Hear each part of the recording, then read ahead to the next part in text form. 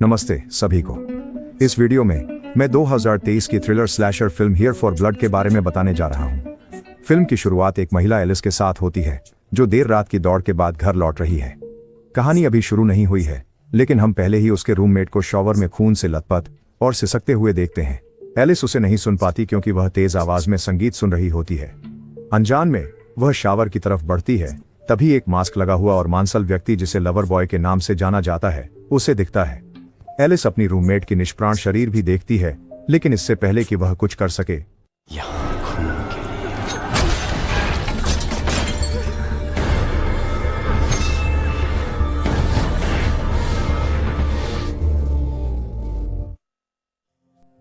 कुछ दिन बाद हम कॉलेज के छात्रों के एक समूह से मिलते हैं। फीबी और उसके दोस्त क्रिस्टीन और माइक, जो एक जोड़ा है, वे लाइब्रेरी में पढ़ाई कर रहे हैं क्योंकि उनके परीक्षा में अब से कम 48 घंटे हैं।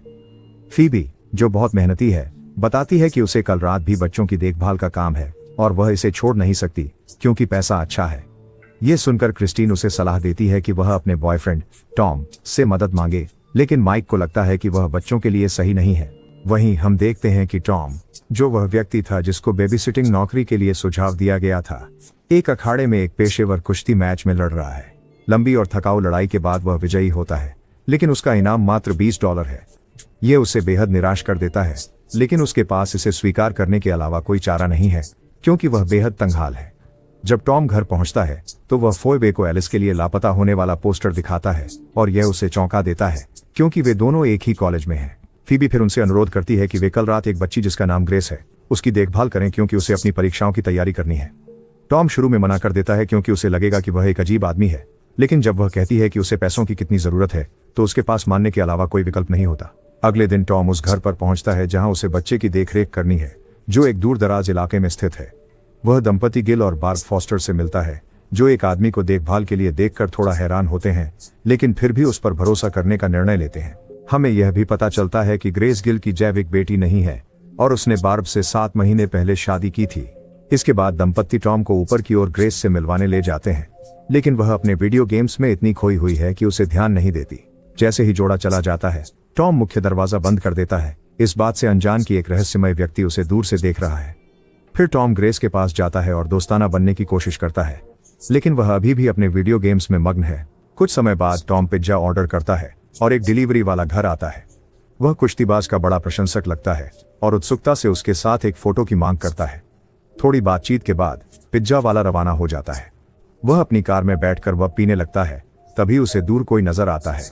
उसे लगता है कि वह कोई झांकने वाला है और उसे सामना करने के लिए अपनी कार से बाहर निकलता है, लेकिन जैसे ही वह पास की झोपड़ी के पास पहुंचता है, लोअर बॉय दिखाई देता है और उसकी गर्दन एक ही झटके में काट देता है, जिससे वह बेगुनाह आदमी मर जाता है। फिर नकाबपोश आदमी टॉम की कार के पास जाता है और उसके टायर भी काट देता है। घर के अंदर टॉम ग्रेस के लिए चाय बना रहा होता है, तभी उसे फोइबे से एक मैसेज आता है, लेकिन वह उसे अनदेखा कर देता है। इस बीच घर का अटारी अचानक से धीरे धीरे खुलता है और 2 हथियारबंद नकाबपोश लोग सीढ़ी से नीचे उतरते हैं। उनमें से एक, बर्नी, रसोई में टॉम को डराने की कोशिश करता है और पहलवान पूछता है कि वह कौन है। उसी समय दूसरा व्यक्ति स्पिनहेड ग्रेस की ओर बढ़ता है और उसे डराता है। नीचे टॉम चीख सुनता है और बर्नी उसे फर्श पर लेटने का आदेश देता है, लेकिन पहलवान मानता नहीं और बर्नी पर गर्म पानी की केतली फेंकता है, जिससे उसका चेहरा जल जाता है। फिर टॉम उसे पकड़ता है और उसके चेहरे को स्टोव पर धकेलता है, जिससे वह दर्द में चीखता है और अंत में बेहोश हो जाता है। इसके बाद टॉम ऊपर की ओर दौड़ता है और स्पिनहेड को ग्रेस को पकड़े देख आश्चर्यचकित हो जाता है। वे एक तीव्र घूर मुकाबले में उलझ जाते हैं, जिसके दौरान ग्रेस किसी तरह से भाग निकलती है। टॉम स्पिनहेड को कई बार मारता है, लेकिन स्पिनहेड उसके पैर में चाकू घोंप देता है। टॉम दर्द से पीछे हटता है और स्पिनहेड इस मौके का फायदा उठाकर बाहर निकल जाता है। बाद में हम देखते हैं कि ग्रेस अपने बिस्तर के नीचे छुपी हुई है और कांप रही है जब स्पिनहेड कमरे में प्रवेश करता है। इस बीच टॉम किसी तरह अपने पैर से चाकू निकालने में कामयाब हो जाता है, जिससे खून बहने लगता है। जल्द ही स्पिनहेड लड़की का पता लगा लेता है, लेकिन उससे पहले कि वह उसे नुकसान पहुंचा सके, टॉम कमरे में तेजी से आता है और उसे कई बार मारता है जब तक कि स्पिनहेड बेहोश नहीं हो जाता। फिर वह एक रस्सी पकड़ता है और स्पिनहेड के हाथ बांध देता है, यह सुनिश्चित करते हुए कि वह फिर से हमला नहीं कर सके। इस बीच हम देखते हैं कि बर्नी रसोई में होश में आ गया है। टॉम का फोन, जो काउंटर पर है, को फोइबे से एक और संदेश मिलता है, इसलिए बर्नी उसे घर आने के लिए कहता है। थोड़ी देर बाद टॉम और ग्रेस रसोई में पहुंचते हैं और पाते हैं कि फोन गायब है और बर्नी लापता है। टॉम अब परेशान होकर एक चाकू उठाता है और ग्रेस के साथ घर छोड़ने का फैसला करता है। और यहीं पर टॉम को पता चलता है कि पिज्जा वाला मर चुका है और उसकी कार के टायर काटे गए हैं, इसलिए वे वापस अंदर दौड़ते हैं और अपने पीछे दरवाजा बंद कर लेते हैं। जैसा कि टॉम सोचता है कि गुंडे घर में कैसे आए, उसका ध्यान अटारी की ओर चला जाता है। वह उसका दरवाजा खोलता है और अंदर झांकता है, जहां उसे एक खोपड़ी और एक दानव पूजा से संबंधित अन्य परेशान करने वाली वस्तुएं दिखाई देती हैं। यह टॉम को डरा देता है, इसलिए वह जल्दी से नीचे उतरता है और ग्रेस से आग्रह करता है कि वह खुद को बाथरूम में बंद कर ले। फिर वह स्पिनहेड से पूछताछ करने जाता है, यह जानने की मांग करता है कि वे क्या चाहते हैं। और तब स्पिनहेड खुलकर बताता है कि वे बच्चे और दूसरी लड़की, जिसका मतलब फोइबे है, को चाहते हैं। यह सुनकर टॉम का गुस्सा उफान पर आ जाता है और वह स्पिनहेड को मुक्का मारता है और कमरे से बाहर निकल जाता है। उसी समय फोइबी माइक और क्रिस्टीन के साथ घर के बाहर पहुंचती है। वे सामने के दरवाजे की ओर बढ़ते हैं, लेकिन कोई दरवाजा नहीं खोलता, इसलिए फोइबी अपने बॉयफ्रेंड को टेक्स्ट करती है। उन्हें पता नहीं होता कि लवर बॉय चुपचाप उनकी कार के अंदर घुस गया है। फीबी को जल्द ही बू लिखा हुआ एक मैसेज मिलता है। उसी समय बर्नी उसके पीछे आ जाता है और उसे जोर से पकड़ लेता है। कायर माइक तेजी से अपनी कार की ओर भागता है, जबकि फीबी किसी तरह बर्नी को कोहनी मारती है। वह फिर उसके घायल चेहरे पर एक तरल छिड़कती है, जिससे वह चिल्ला उठता है और भाग जाता है। तभी टॉम आखिरकार बाहर आ जाता है, जबकि माइक कार शुरू करता है भागने के लिए, इस बात से अनजान कि लव बॉय उसके पीछे की सीट पर बैठा हुआ है। बाकी लोग उसे चेतावनी देने की कोशिश करते हैं, लेकिन तब तक बहुत देर हो चुकी होती है। बेचारा माइक फिर कार से बाहर लड़खड़ाते हुए निकलता है, खून से लथपथ, लेकिन वह पागल उसे लगातार चाकू मारता रहता है। टॉम जानता है कि उसे बचाने में देर हो चुकी है, इसलिए वह जल्दी से लड़कियों को अंदर वापस ले जाता है। दरवाजा बंद करने के बाद टॉम लड़कियों के फोन मांगता है, लेकिन फोइबे का फोन बर्नी ले गया था, जबकि क्रिस्टीना ने अपना फोन कार में छोड़ दिया था। दूसरी ओर बर्नी दर्द से चिल्लाते हुए एक नजदीकी शेड की ओर बढ़ता है, जहां कई मुखौटा पहने हुए पंथ के सदस्य मौजूद हैं। हम समूह के नेता जैकल से मिलते हैं, जो इस काम को पूरा करने में लग रहे समय से स्पष्ट रूप से नाराज हैं। उनके सामने एक रहस्यमयी दरवाजा भी है, जिसमें विचित्र दैत्यात्मक प्रतीक हैं। इस बीच घर पर टॉम उन्हें स्थिति समझाता है और लड़कियों को शांत करता है। तीनों फिर ग्रेस के पास जाते हैं, जिसने खुद को सुरक्षित रूप से बाथरूम में बंद कर लिया है। लौटकर शेड में स्लैग्जो नाम के एक पूरी तरह से पागल व्यक्ति को स्थिति संभालने का आदेश दिया जाता है। वापस घर में क्रिस्टीन टॉम की चोटों की देखभाल कर रही है, जब दूर से जोर की आवाज आती है, इसलिए वह अपनी चाकू उठाता है और उस स्रोत की जांच करने जाता है। रसोई में वह देखता है कि स्लैग्जो दरवाजे से भीतर घुसने की कोशिश कर रहा है, और फिर वह उस पागल के हाथ में छुरी घुसा देता है और फिर उसे पेन से सिर पर मारता है, जिससे वह बेहोश हो जाता है। टॉम फिर दूर बर्नी को देखता है, जो डर के मारे तुरंत वहां से भाग जाता है।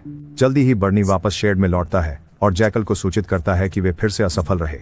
नेता बार बार की असफलताओं पर बहुत गुस्सा है और दावा करता है कि यह उनके असली ताकत को उजागर करने का समय है। वह अपनी हथेली शैतानी दरवाजे पर रखता है और डरावनी फुसफुसाहट गूंजने लगती है। इस अजीबोगरीब अनुष्ठान के परिणाम स्वरूप हम स्पिनहेड को चिल्लाते और अपनी बेड़ियों को तोड़ते हुए देखते हैं। वह जमीन पर घूंसे मारना शुरू करता है, जिसकी आवाज नीचे दूसरों तक पहुंचती है। अलर्ट होकर टॉम जल्दी से लड़कियों को एक कसाई की छुरी देता है और घुसपैठिए का सामना करने के लिए ऊपर जाता है। लेकिन उसकी हैरानी की बात है, अब स्पिनहेड भयावह दिख रहा है और उसकी आंखों से चमकदार नारंगी रोशनी निकल रही है। टॉम पूरी ताकत से लड़ता है, लेकिन अब स्पिनहेड बहुत शक्तिशाली है और उसे आसानी से हरा देता है। फिर टॉम रसोई की तरफ दौड़ता है और एक पेन हथियार के रूप में उठा लेता है। जब स्पिनहेड अपना मुखौटा हटाता है तो एक विकृत चेहरा प्रकट होता है, लेकिन फिर फीबी आती है और कसाई के चाकू से स्पिनहेड की गर्दन पर वार करती है, लेकिन इसका उस पर कोई असर नहीं होता और स्पिनहेड उसे आसानी से जमीन पर फेंक देता है, जबकि चाकू अभी भी उसकी गर्दन में धंसा रहता है। इसके बावजूद एक दृढ़ निश्चयी टॉम स्पिनहेड पर पेन से कई बार वार करता है, अंततः उसका सिर काट देता है। ठीक जब यह जोड़ी राहत की सांस लेती है, स्पिनहेड बिना सिर के फिर से चलने लगता है और खुद को घसीटते हुए टॉम की ओर बढ़ता है। खिड़की पर स्लैग्जो बाहर से उसका हाथ पकड़ लेता है ताकि उसे आगे बढ़ने से रोक सके। यहाँ फीबी फिर से चाकू पकड़ती है और बार बार स्लैग्जो के सिर पर वार करती है, जब तक कि वह अंततः मर नहीं जाता। स्पिनहेड भी उसी समय गिर जाता है, अंततः पागलपन समाप्त हो जाता है। कुछ क्षण बाद टॉम स्पिनहेड का सिर पकड़े हुए घर से बाहर निकलता है और उसे लव बॉय की ओर फेंक देता है। फिर बाद वाला अंदर शेड में जाता है और अपने मास्टर को जो हुआ वह बताता है। इससे जैकल को बहुत गुस्सा आता है, ऐसा अनुष्ठान कभी भी उसके हाथ से नहीं निकला। वह फिर से एक और अनुष्ठान शुरू करता है, जिससे टॉम स्पिनहेड को मारने का फैसला करता है। वह अपनी रहस्यमय दरवाजा एक धड़कते दिल की तरह धड़कने लगता है। जल्द ही माइक एक दानवी ज़ॉम्बी के रूप में जीवन में लौट आता है और दरवाजे पर दस्तक देता है। क्रिस्टी उसे देखकर बहुत खुश होती है और उसे अंदर आने देने का फैसला करती है, जबकि फीबी उसे न करने के लिए विनती करती है। यह स्पष्ट रूप से एक गलत निर्णय साबित होता है। नहीं, माइक।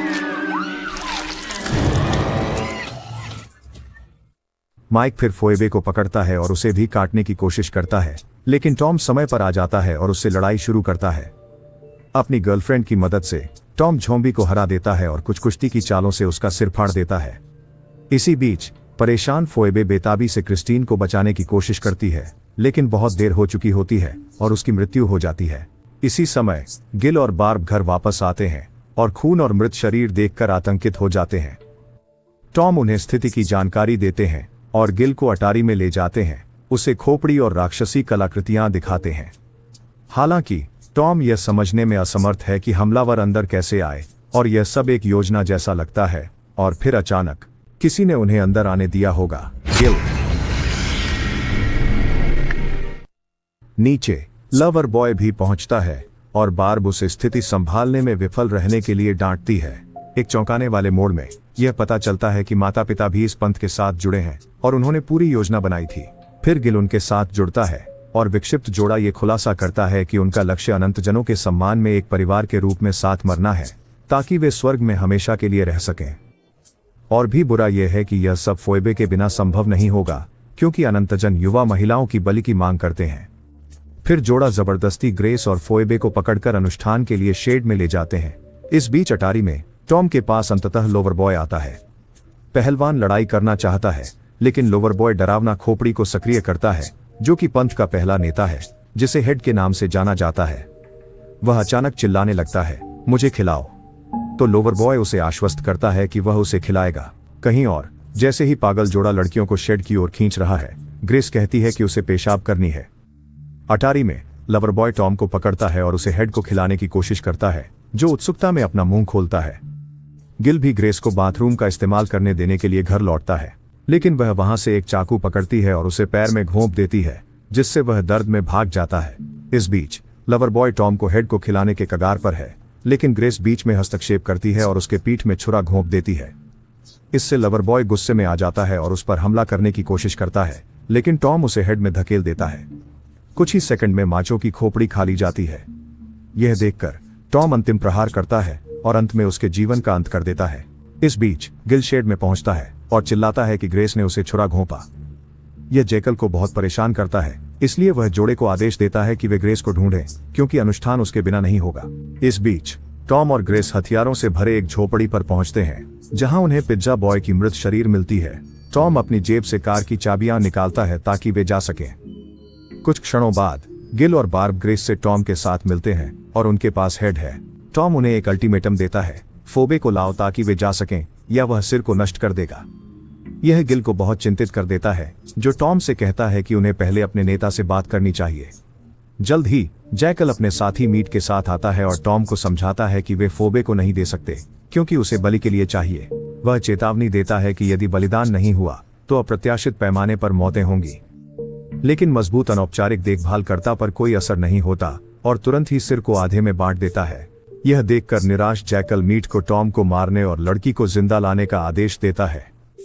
जैकल के चले जाने के बाद मीट और टॉम एक दूसरे से लड़ने लगते हैं। मीट बहुत शक्तिशाली साबित होता है, जिससे टॉम के लिए उसे परास्त करना मुश्किल हो जाता है।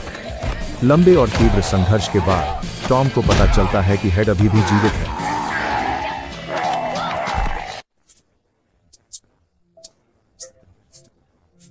और जब मीट टॉम को खत्म करने वाला होता है, तो टॉम ग्रेस से आग्रह करता है कि वह कल्टिस्ट को भूखे हेड को खिला दे।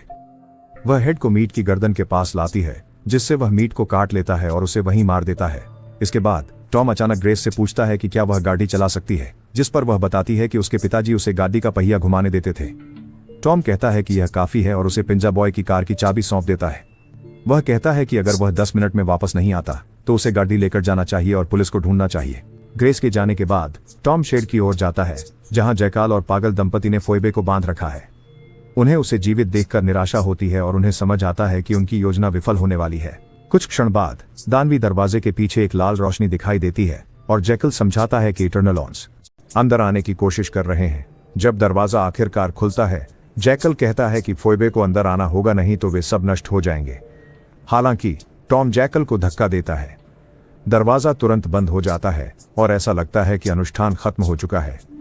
लेकिन कुछ सेकंड बाद दरवाजा बिजली के कड़कने और डरावनी आवाजों के चीखने के साथ खुल जाता है।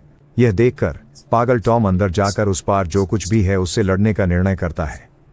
लेकिन जैसे ही वह अंदर जाने वाला होता है, उसे कोई चेहरे पर मुक्का मारता है। वह जैकल निकलता है, जो अब शाश्वत शक्तियों के साथ लौट आता है। गिल माफी की भीख मांगता है, लेकिन जैकल उसे दरवाजे से बाहर फेंक देता है। फिर वह घोषणा करता है कि चूंकि अनुबंध टूट गया था, अब वह उन सभी के लिए दुख और कष्ट लाएगा। अब उन सभी को उसके दास बनना होगा और अनंतकाल तक उसकी सेवा करनी होगी।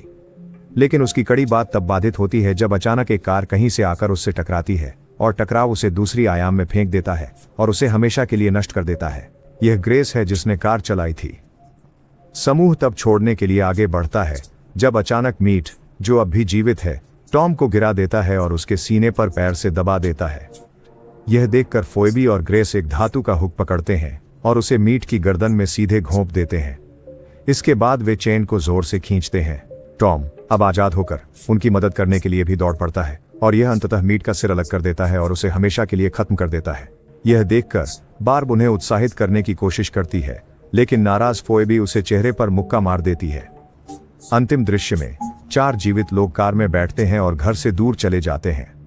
तभी कोई आता है और वो बर्नी होता है, जो अभी भी जीवित है। उसकी आंखें चमक रही हैं जब वह सिर को पकड़े हुए है, जो चिल्ला रहा है, मुझे खाना दो। ठीक है दोस्तों, देखने के लिए धन्यवाद। अगले वीडियो में फिर मिलेंगे।